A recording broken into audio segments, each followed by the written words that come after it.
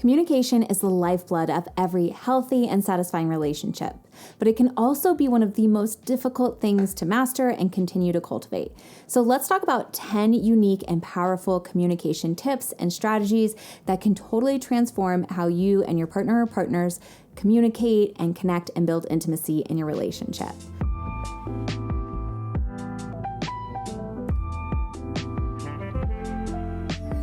Before we get into them though, hey there, I'm Lauren Consul. I'm a licensed marriage and family therapist and certified sex therapist here to help you have more satisfying and secure sex and relationships.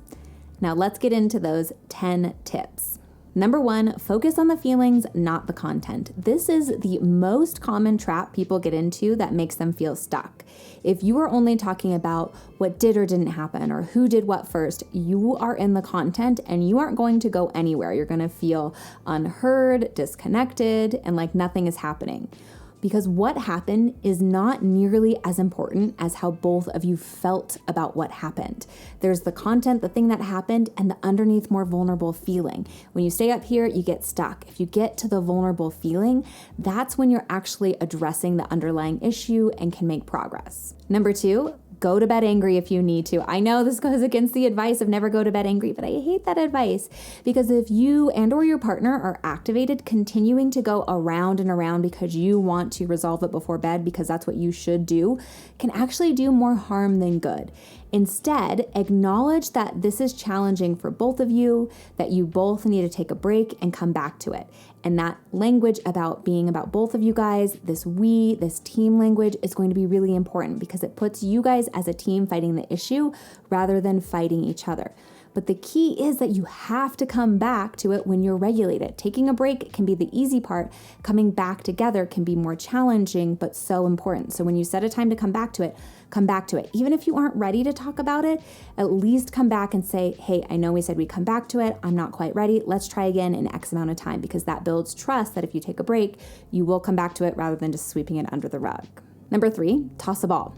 Literally. And I know this one might sound a little quirky, but really hear me out because it can be really helpful. During difficult conversations, or if you start to feel yourself get a little bit activated, gently toss a ball back and forth between the two of you. The act of focusing on something physical helps regulate your nervous system and keeps you present in this moment rather than going on the activation train or having your brain spiral.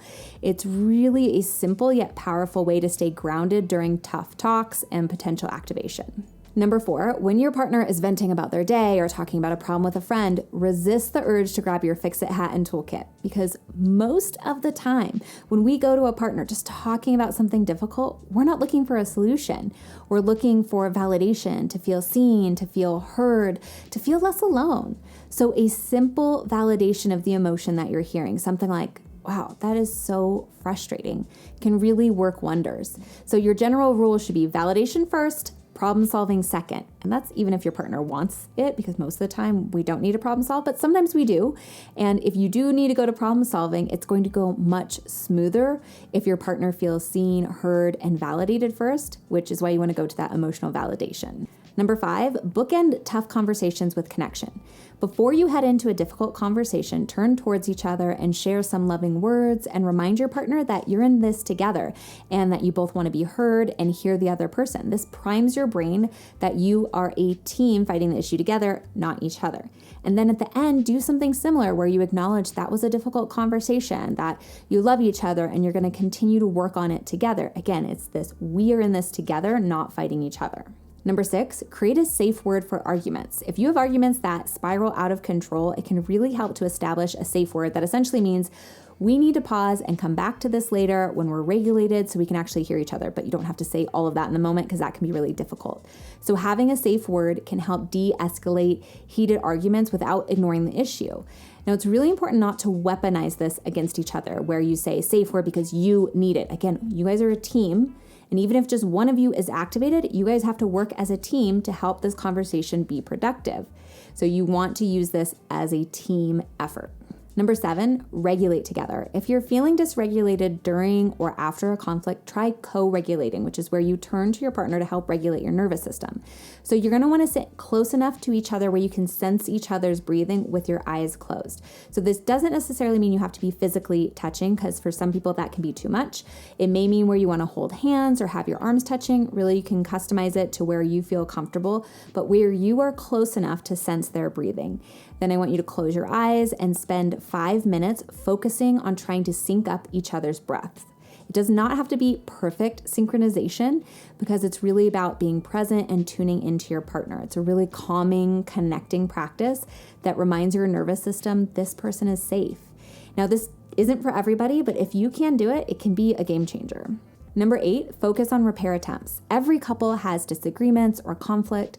The real difference between thriving and struggling relationships, I believe, is repair attempts. I think these are one of the most important skills in a relationship, because no matter how good your communication is, there's still going to be moments where you miss each other and you'll have to repair. And repair attempts are those little moments or gestures that say, hey, we're okay. We're still a team. I love you. We're in this together. And it may be literally saying that, but for other people, it might be cracking a joke or offering a hug or offering a cup of coffee. So you really want to know how your partner tends to show repair attempts so you can notice them and not miss that opportunity for connection. Number 9, when your partner brings up an issue, really work hard to ditch that knee-jerk reaction to defend yourself. Instead, focus on cultivating genuine curiosity by asking open-ended questions. You can ask things like, what makes you feel that way? Or can you help me understand that more? And you really want to focus on those open-ended questions that allow for your partner to take the answer wherever they want versus closed-ended questions, which tend to only elicit yes or no responses. Really, genuine curiosity is an antidote to defensiveness, because it really says your feelings matter to me. You matter to me. I want to know you more. Plus, it's way, way more productive than trading jabs or excuses.